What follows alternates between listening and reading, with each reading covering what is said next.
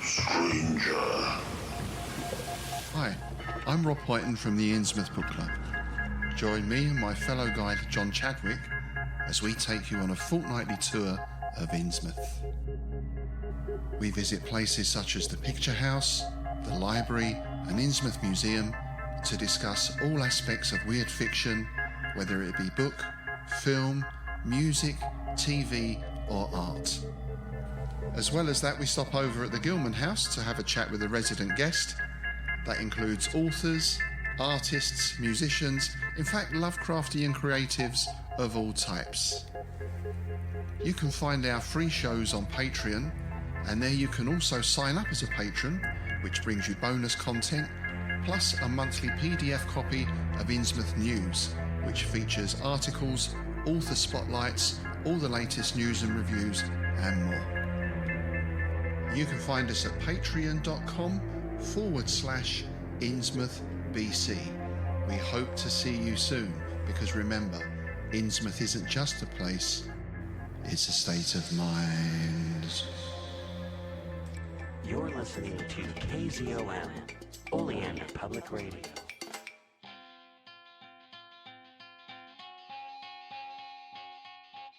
Welcome to People's Guide to the Cthulhu Mythos. Okay. Hey, everyone. It's me, DB Spitzer. It's, sometime in January, late January, People's Guide to the Cthulhu Mythos. We've got some stuff for you to listen to. We've got some stuff to talk about. We're going to talk at you. So, hang out while Gretchen Brooks, David Heath, and myself, DB Spitzer, chat with you. As always, to my virtual right, we have Gretchen Brooks and David Heath. How are you two doing this week? Doing warmer. Okay. It is much warmer. Oh my goodness. Yeah. For anyone who doesn't know, much like a lot of America, Portland just pretty much got frozen. It snowed, and then it rained a little bit, and then it just froze into a sheet of ice, which is what Portland does. And I don't know why anyone is ever surprised by this, but agreed. Yeah, and you made it through safely, I take it then, if you're both here. Yeah. No, you are talking to my ghost from the bottom of the well. Okay, cool. I watched that last night after I watched Nosferatu again. I watched American Ringu, or I think it's just called The Ring. Yeah. And I was like, oh wow, Naomi Watts looks like one of my aunts. But what's the name of the child in the American Ring? Yeah, you must have very attractive aunts. Samara. Oh yeah, Samara. No, everyone in my family is very attractive. Samara. Yeah. I was like, thought you were talking about the boy, and I'm like, I don't remember. I don't care about that kid. Whatever. No, it's Samara, because Sadako is her name in Japan. Yep. Mm-hmm. So, yeah. I have a mysterious story to tell, which is absolutely not quite. Well, I will tell you the story, and then I will debunk it. So we came back. I drove back from FanPro PDX, and I had to stay an extra day at the hotel. And so I drove in, and it wasn't that bad. The roads were cleared, but everything was covered with snow. And I'm going down the small highway, and I look up, and there are, I swear, 3 wolves. They are dancing, and they are jumping, and they are, I swear, smiling. That they are so happy that they are playing in the snow. Oh, yeah. ... Here's where the truth goes. They had to have been huskies without collars, because we don't have wolf sightings like in the last 4 or 5 decades in this area.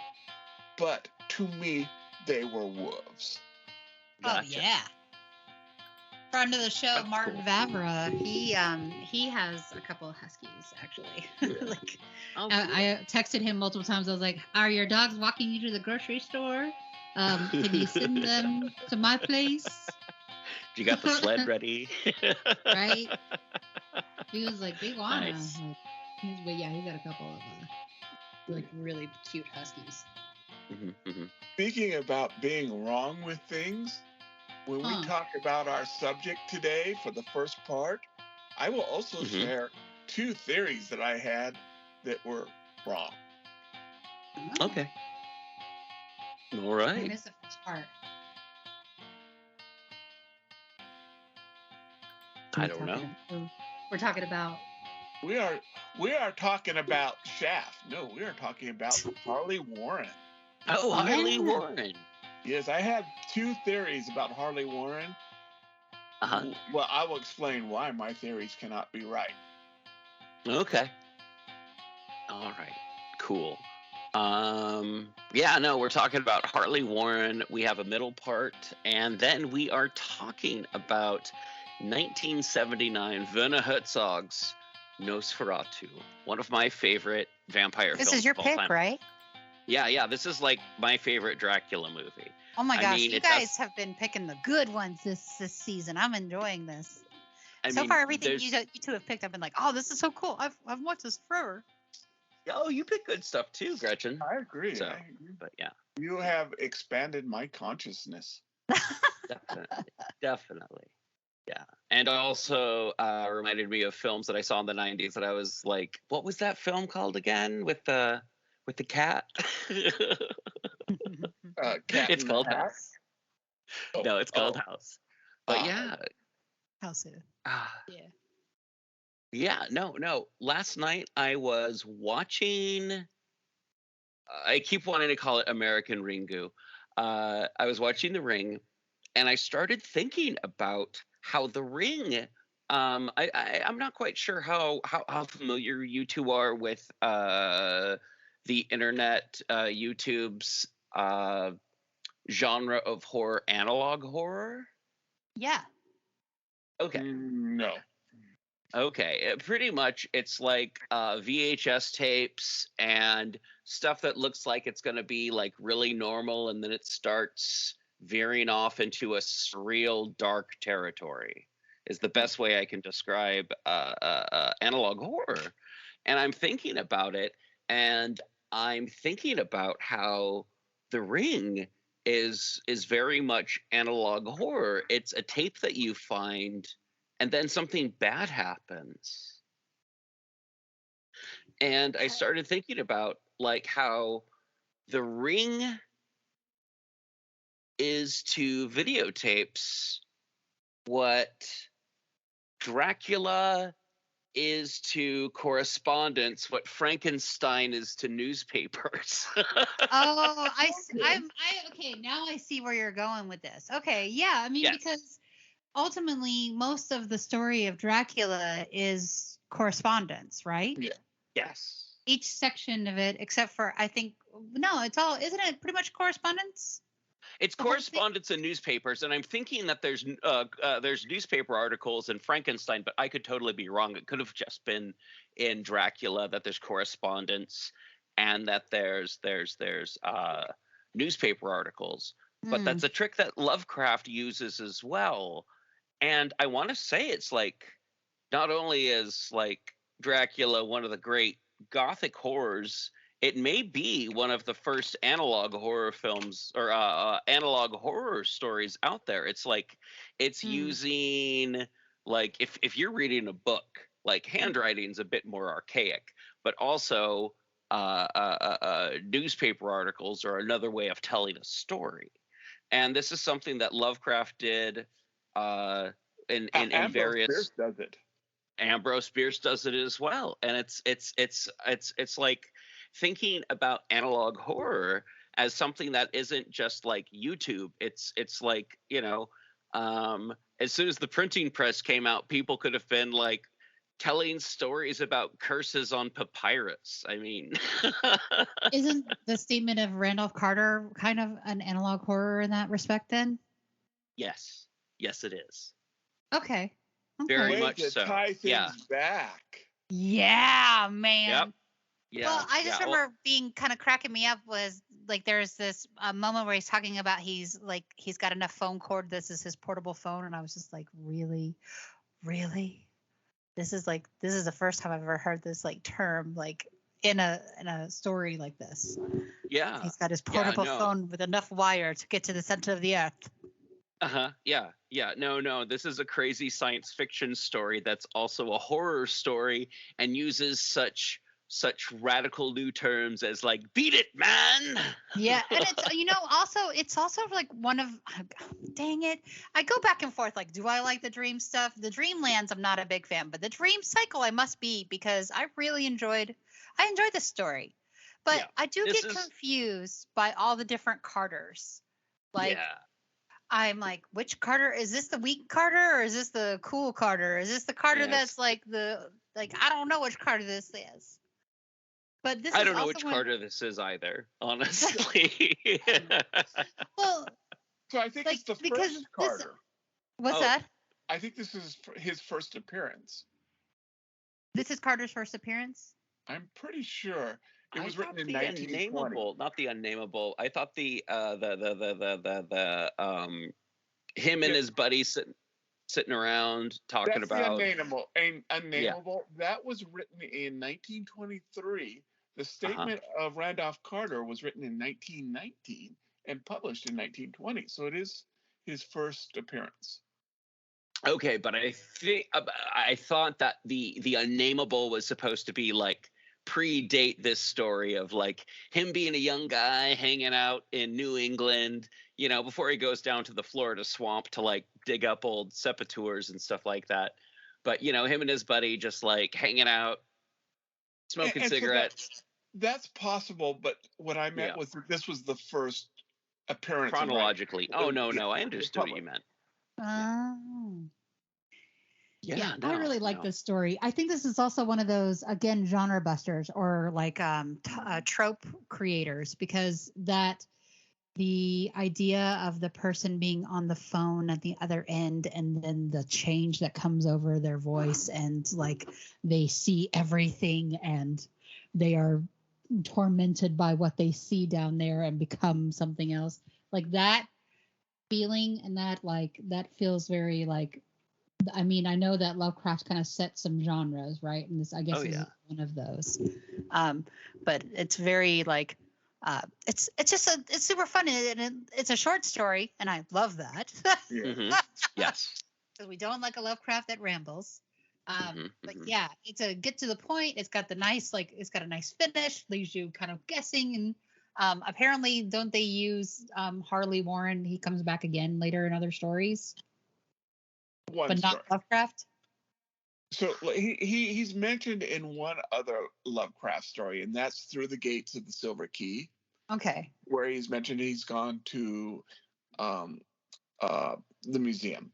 He is he is mentioned in Brian Lumley stories, but I don't think he actually comes up as a character. I think he's just mentioned. And honestly, I was thinking he's underused. He's public domain, people. Yep. I've used or Randolph Carter. My understanding is both. Oh, okay. Yeah. Harley Warren. I'm sorry. I am not a lawyer. This is not legal advice. Yeah. I was going to say I use Harley Warren as a disgraced Miskatonic University professor for RPGs and projects like that. But yeah.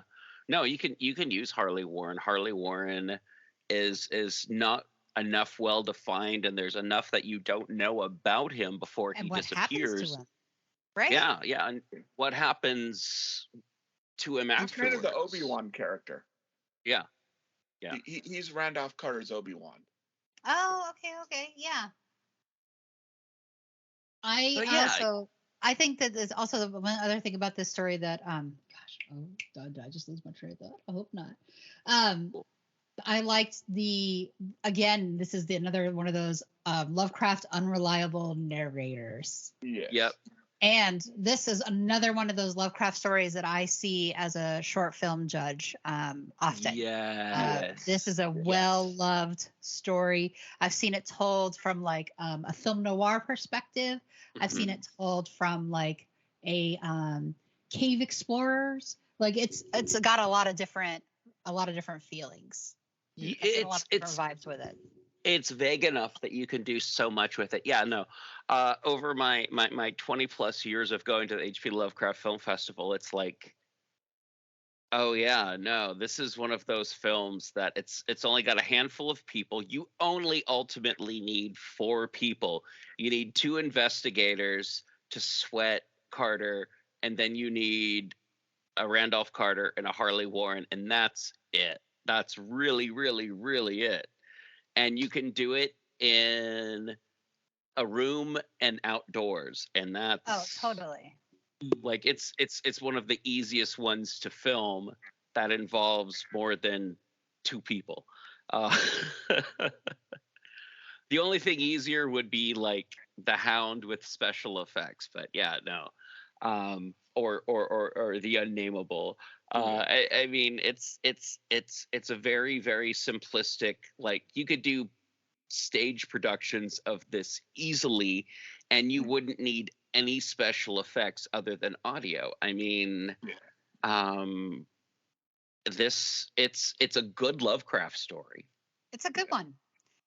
And I like that it's a jumping ground for other stuff, and like that it's such a genre buster that like people can draw upon it, and it's like it's not super thoughtful, it's not super, but it's well composed. There are good aspects of great storytelling that like we know and love from him, but it's nothing like amazing, but it's super cool. I enjoyed it. Yeah. And no, it's fun. I love the opportunity to reread things before we do this show, because it's like it'll be nice and fresh, and because oftentimes like there are so many Lovecraft stories that have a very similar vibe that I'll get them mixed up. Yeah, or their names sound similar and you get them mixed up. Like, wait a minute, is the one with Brown Jenkins Rats in the Wall, or Dreams in the Witch House? Is that the one with? Yeah, no, it's. Yeah, no. Hold on one second. This is one of those stories that it's easy for people to read. It's short. It's sweet. It's got a beginning, middle, and end, and it's easy to film. I mean, summary, TLDR. But yeah, no, it's a fun movie. It's a fun story that it's good for comics, it's good for movies. I mean, I like it. Yeah. And in The Unnameable too, the statement of Randolph Carter, he's played by Gimli. Yep. JRD plays Warren, which I thought was pretty cool. I thought was very cool, actually. John Rhys Davies, big fan of ever since Indiana Jones. So yeah. So I had some theories. Are you ready for my theories that were wrong? Sure. So he's from Florida, right? Mm-hmm. And he is an expert on the Incan or the Mayan language of Nekal, right? Yeah. So I thought that this was based on R.H. Barlow, who is from Florida. Yeah. Lovecraft visits him in Florida, and he goes on to be one of the experts in Mayan codexes. Okay. What I didn't calculate, though, Barlow was 2 when this story was written. Sure. So it couldn't have been Barlow. Apparently, it's based on Samuel Loveman, who appears in a couple of Lovecraft's dreams. So he's kind of the spiritual guide to Lovecraft's subconscious. Okay. The other thing that I thought is when I first read this, I had a basic understanding of the mythos. I thought Warren gets it, and so I'm giving away the ending of a 104-year-old story here. I thought it was ghouls that got us. Yeah. Lovecraft apparently wrote Clark Ashton Smith and says it's the same creature from Smith's beginning entity. Okay. Or I mean, I guess that's the name of the creature in the Nameless Offspring. Oh. I don't know. Yeah. I don't know that one. I'm not familiar with that one either. But I thought it was ghouls because it was underground. But apparently, at least Lovecraft writes letters saying it's something else. But he doesn't know Smith for a while. So maybe he intentionally left it blank and then added it after, he started corresponding with Smith. Maybe he retconned it from ghouls, but that's what I got out of it. I thought it was ghouls. Yes. I thought it was ghouls or ghoulish necromancers or something like that. Yeah. But cool. Oh well, those are my Harley Warren theories that are pretty much been smashed. Yeah. All right. Well, I guess that's a good way to end Harley Warren. Your theories getting smashed there. Dave, do we have a middle part for this week that we can talk about? We do. We do. It's not quite nailed down, but it will be by the time you, the listeners, listen to this. Well, that's good to know. That's all I need to know. Something that the listeners need to know, though, is if they go to the show notes or if they go to pgttcm.com, they can check out the Anycubic printers that we've got there. Did you know that you can start doing resin printing for under $200? You can get into a really nice 3D printer as well, of the resin variety, of the plastic printing, FDML, or my brain, I don't have notes in front of me, but I can tell you, pgttcm.com. Check out the ad right below the header, or if you check the show notes, look for the part that says something about printers, and you'll find that. All right, back to the show.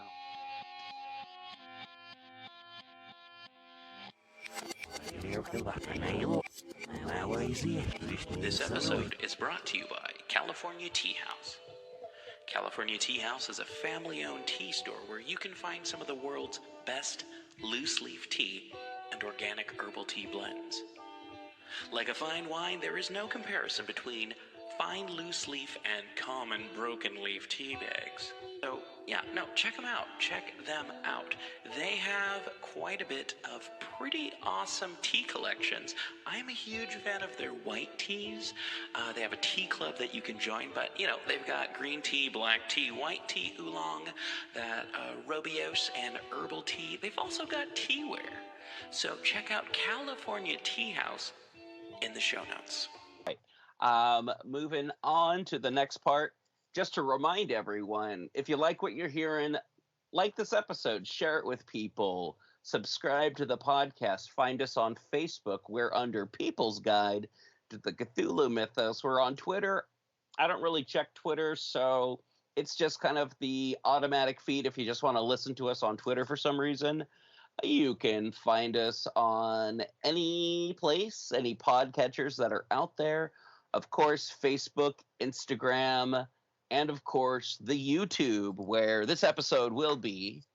And, This part of the show doesn't have a theme song. This part of the show doesn't have a theme song, yeah. Dave and DB and Gretchen go to the movies. Hopefully next week we'll have a real theme song, yeah. Hey everyone, it's me, DB Spitzer. Why is it me? Because I hog the mic. And this week we're talking about we're talking about Klaus Kinski, who hogs this movie, Nosferatu. He doesn't hog the movie. But oh man, when he's on the screen, it's his. It's his. 1979's Nosferatu, Werner Herzog. What do you two think? Oh man, I loved this. The score is incredible. The Yes. acting is amazing. I mean, because first of all, you got like the dynamic power of Klaus Kinski, who's like crazy pants, and then you have Isabelle Adjani, who we all love from Possession. Oh my Yes. God! Like, I mean, and Bruno Gansen, he's great. And Roland Topor, who plays Renfield, also fantastic actor. However, it's so funny, like, because I didn't know in my like research of this, I did not realize there was originally a German version, and that the version that I've seen is the dubbed American version. Yeah. And I saw There's like an I American watched version? like a comparison of like shot for shots.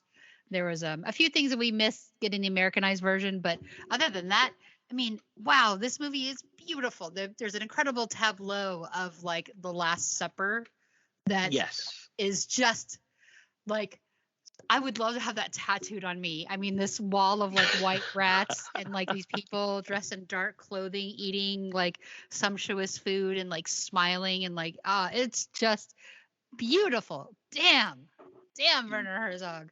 No. It's like they you can did pause shoot this. both versions. They did shoot both versions simultaneously. Oh, okay. Okay, so this is like Spanish Dracula and English Dracula. Yes. Yeah, or American Dracula, Spanish Dracula for okay, gotcha.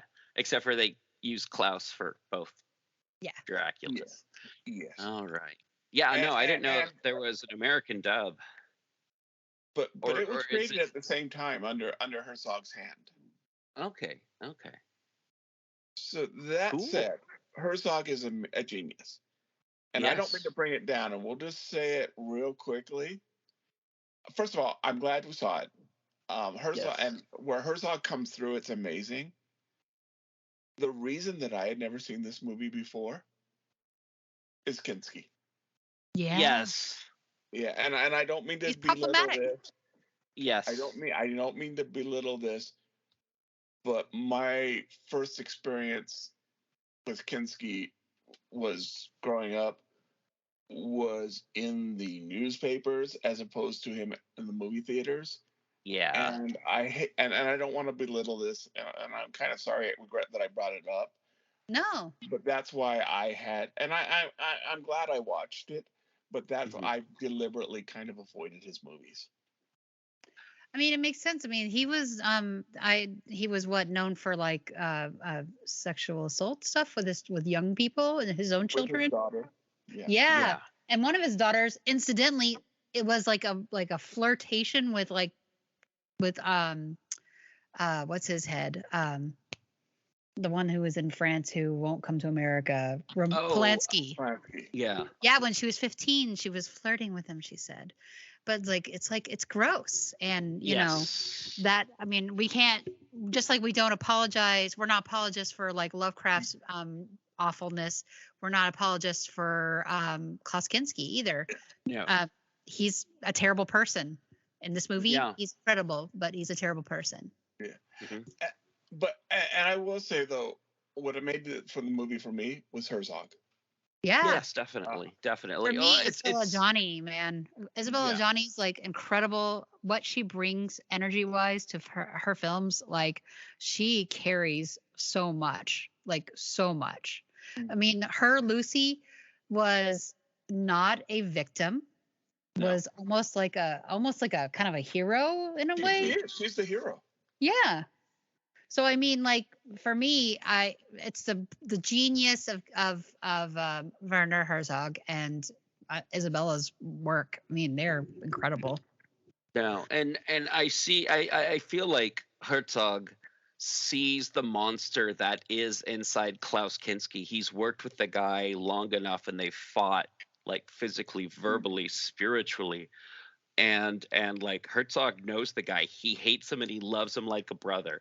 I mean, he doesn't want him around, but he needs him in his movies because there's like no one else who can portray this like awfulness. Well, and that being said, like he does play like a very interesting version, like a not a penitent, but like a just a very sad and downward like Nosferatu Dracula. Yeah, like like Dracula, vampire, master of rats, kind of like. Yeah. Which I mean, it's it's another thing. Like if we just to touch on light subjects of not good things. I mean, that's what the first Nosferatu movie was, very like anti-Semitic and yes, like comparison to the Jewish people, and yeah. So it's like there's that in the background, and then we have like Herzog being this German director. Like, yeah. oh boy, so much. Yeah, such much. But I'm glad I watched it. Absolutely. Yeah. I mean, it's art. Agreed. It's considered an Italian horror film, is it? Technically, yeah. No, it's. No, wait. I Oh, want to I'm call sorry. it international horror. I was going to say, I don't think it's considered an international, but I know it grossed a lot in Italy because that's where she's from. Yeah. Hmm. But yeah, no, everyone is involved. It's like, I don't know, Holy Roman Empire horror. Man, and like there's so many little things that are so incredible. Like there's a scene where Jonathan Harker's like talking in the castle, and behind him are all these little tiny bats. Yes. Like yeah. There's just so many beautiful, like thoughtful things, and like how we never really get the full scope of the castle. Like it's almost like it doesn't exist. It's kind of a dream. Everything in this entire film has this dreamy quality, and like it's so, gosh, I could just gush on and on about like the stunning choices. Yeah, no, it's so beautiful.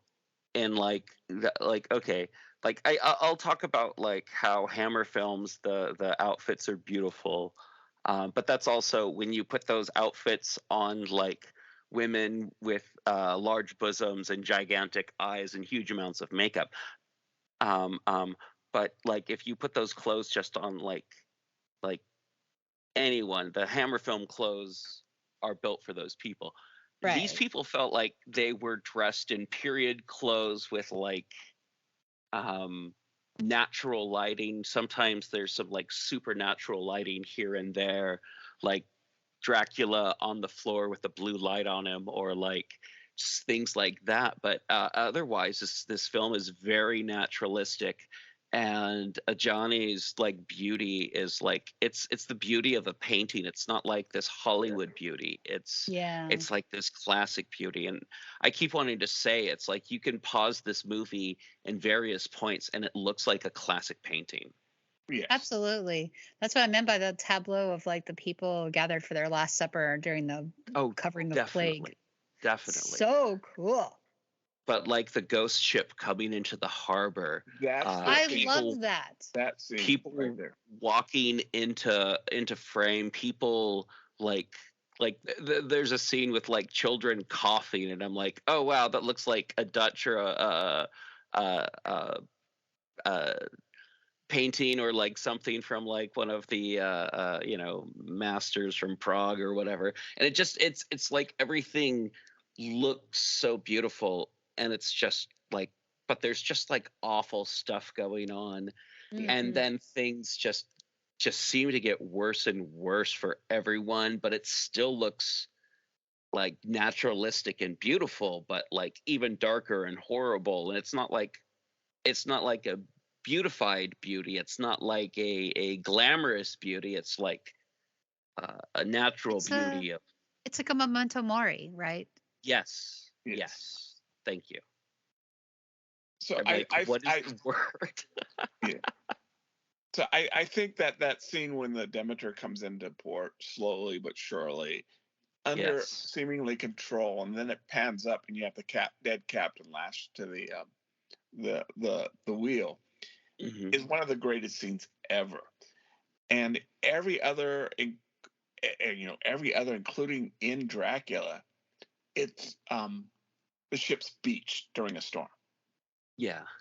And that's because the city that it lands in, there was a ship that either while Stoker was there, it was called the Dmitri, or right Mhm. before, was it a Russian ship that was abandoned and beached.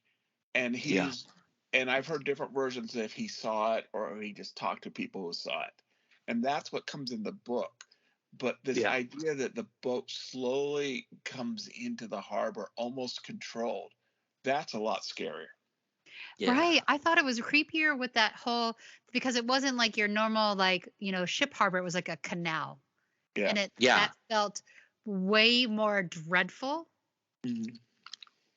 And someone who's familiar with boats, I'm like, no one's running out to throw out like the bumpers, as I always call them.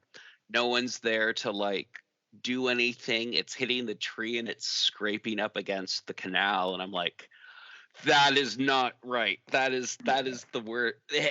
Somebody's got to do something. That's, how much wood you just scraped up there. Oh, right. I bet. But yeah. But that ship is so beautiful. I love all the scenes with the ships and the harbors and stuff, and it's just so beautiful. It's like, as I keep saying, it's like there's so many shots that just look like classic movies, classic like The scene with the paintings. coffins. Yeah. Yes. Yeah. No. The choice of color, the choice of outfits, the choice of wood, like everything is like, so many people were involved to make this film, and so many people worked together. And it's like Herzog's not going to be like, yes, I chose everything. He's like, yeah, no, we all figured it out, and then we did it, and it looks great. And then we all slept after it was done. But yeah, no. This is one of those vampire films. It's like, for me, it feels like, yeah, no, this feels like what it would actually be like to have a vampire in your town. It wouldn't be some romantic guy with sunglasses and long hair. It would be this creepy, gross weirdo skulking around at night. Well, and it makes me wonder, what is Edgar's going to do with this film that, like to stand out from it? Yeah. Because I mean, it's in production right now, right? I guess so. I think it's supposed to come out Christmas this year. Is the Edgar's Nosferatu. Okay. All right. So hopefully they'll be really good. Yeah, we'll talk about it then for sure. Yeah, for sure.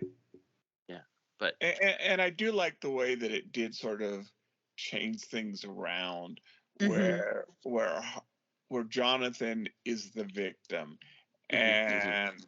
and instead of Mia, I mean, he even changes it to Lucy. Yeah. Yeah. He flips the names. And I think that's Herzog saying, this isn't going to be your daddy's Nosferatu, your daddy's Dracula. Yeah. No. And I like it. It's like, this is one of the few examples of, I like the remake more than the original in some ways.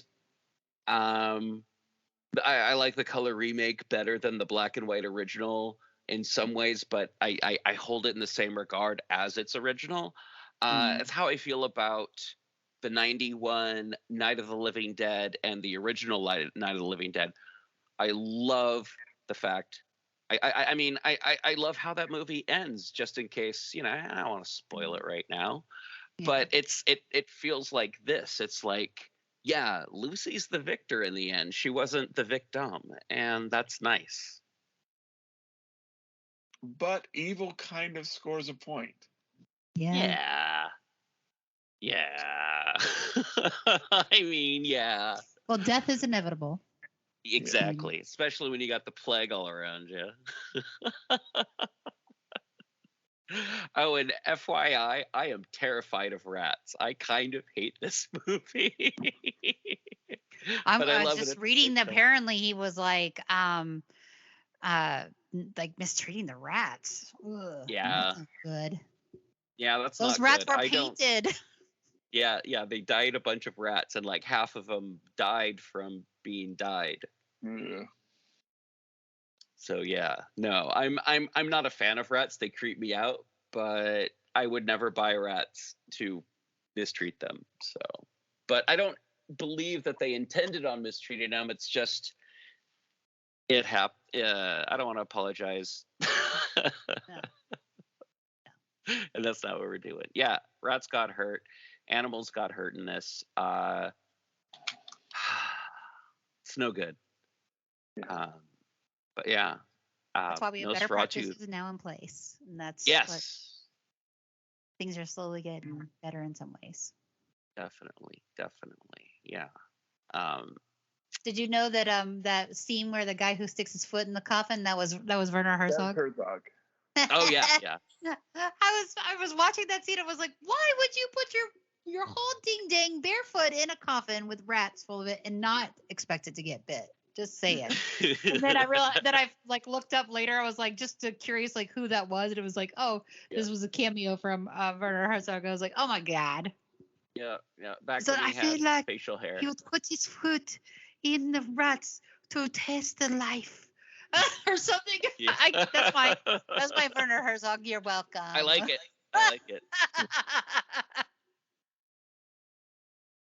Nice. But yeah, All right. I would say people need to see this film. Ultimately. Yeah. How does this rank in vampire films for you? Oh gosh, the only time the last time I saw this film was it was playing on a wall at a rave that I was at, or like they called it a rave because it was good. But it was like in New Orleans, and I remember seeing this like playing on the wall, and so I didn't really like think about it had never really dawned on me, and then I heard the score, and that score is incredible. Oh yeah. If anybody has any opportunity to check it out, you can just have it as a really great like ambient score replaying. I tested this theory myself today. It's on Spotify, but it's by Popo Vu, I believe. Yeah. Yes. And I would really rank it up there really high with. I love Francis Ford Coppola's Dracula for many reasons. And I love the thirst and the hunger and Near Dark, and I would say this is up there with that top 10 like vampire films. Oh yeah. Yeah, I would give it a 3 out of 4. Yeah. Star. I think it's a 3 out of 4 fangs. Yes, 3 out of 4 fangs. I would give it 4 out of 4 for people who wanted to get an idea how to direct. Yeah. Oh yeah. No, for me, it's like it gets 4 fangs if we're gonna keep going with that. Like the costuming, the cinematography, just like the locations that they chose. It's such a beautiful film, and like I don't know, I like to see 3-masted clipper ships in my movies. I love tall boats. Okay. And there's just so many things about this movie that I'm like, I love this movie so much. Except for like certain things about the filming of the movie and people starring it. But I don't see Klaus Kinski. I see Dracula. And that ship, that version of the Demeter was beautiful.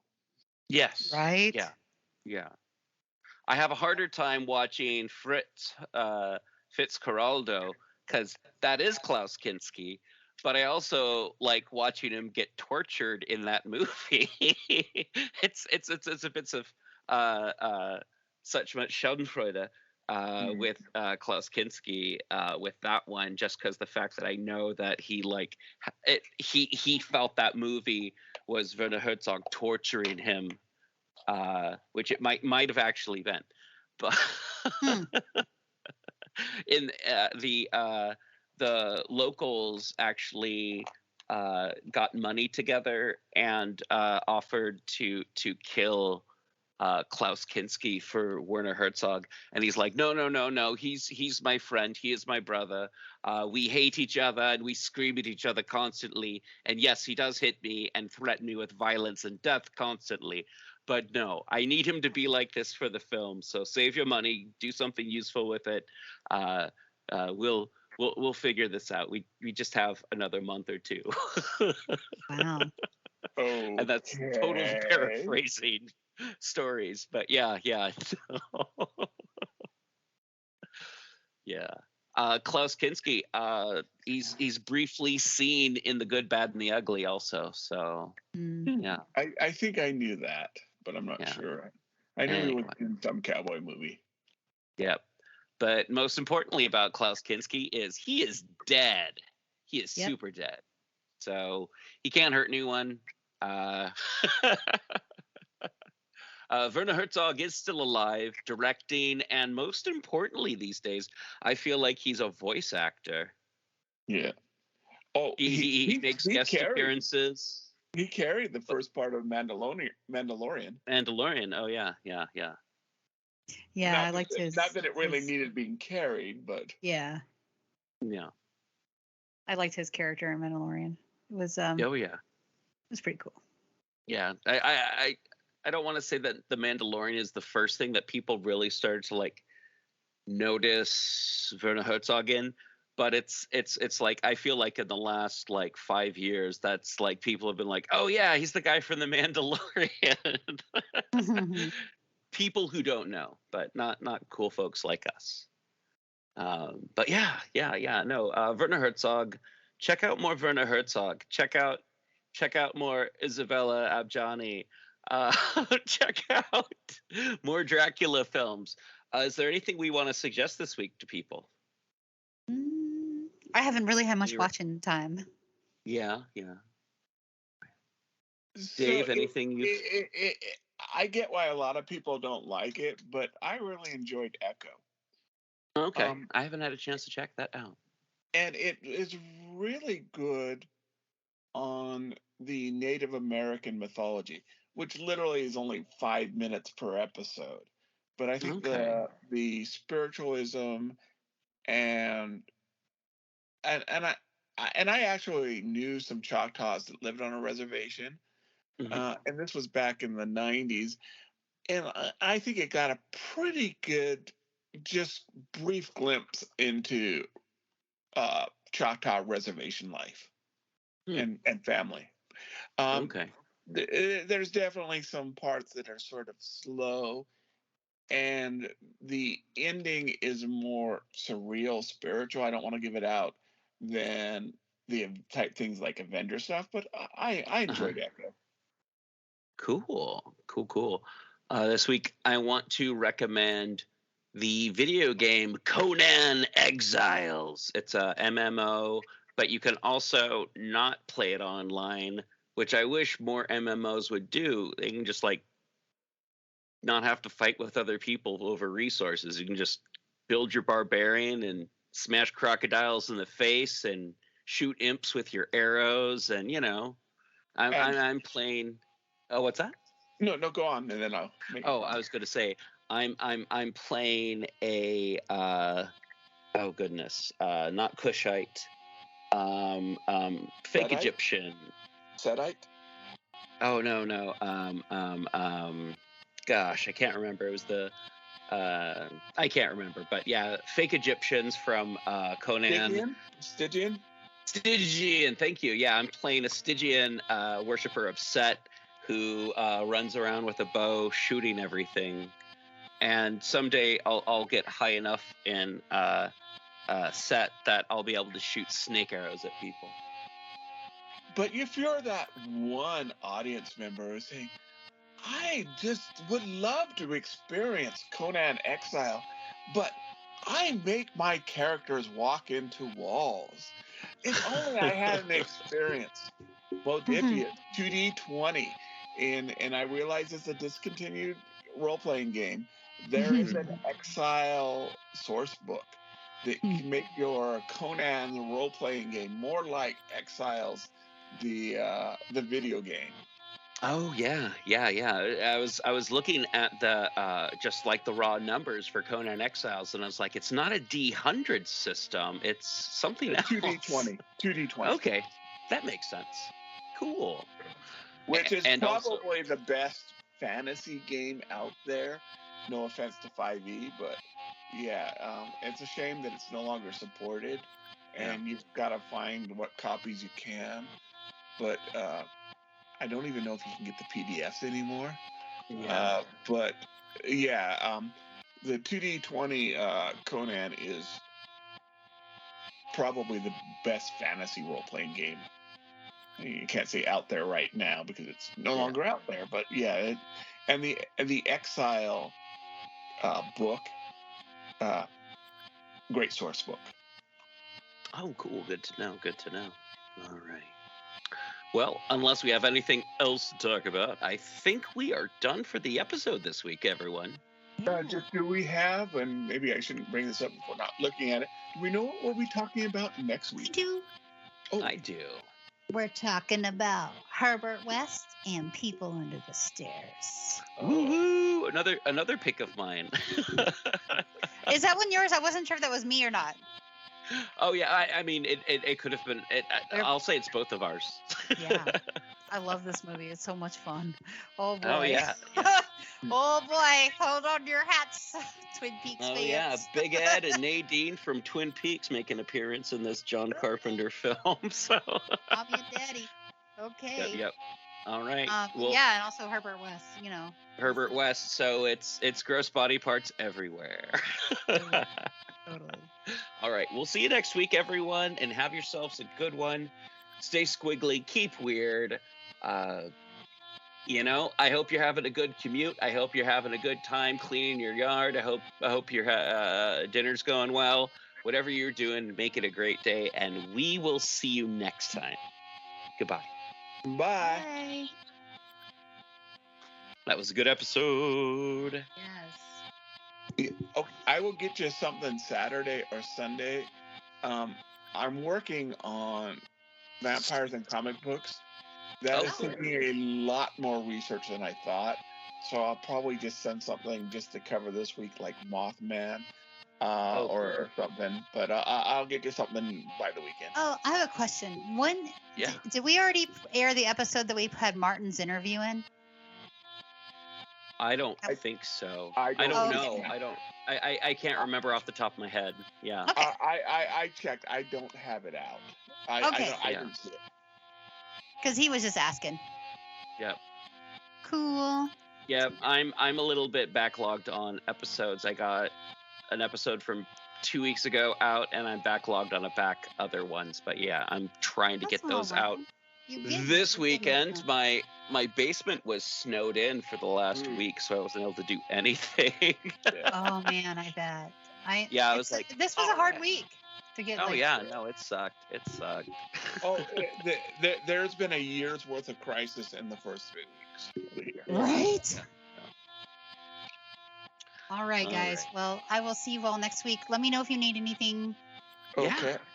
I will get this out to you. All right. I'll talk to y'all later. See y'all next week. Bye. Bye. All right. Bye.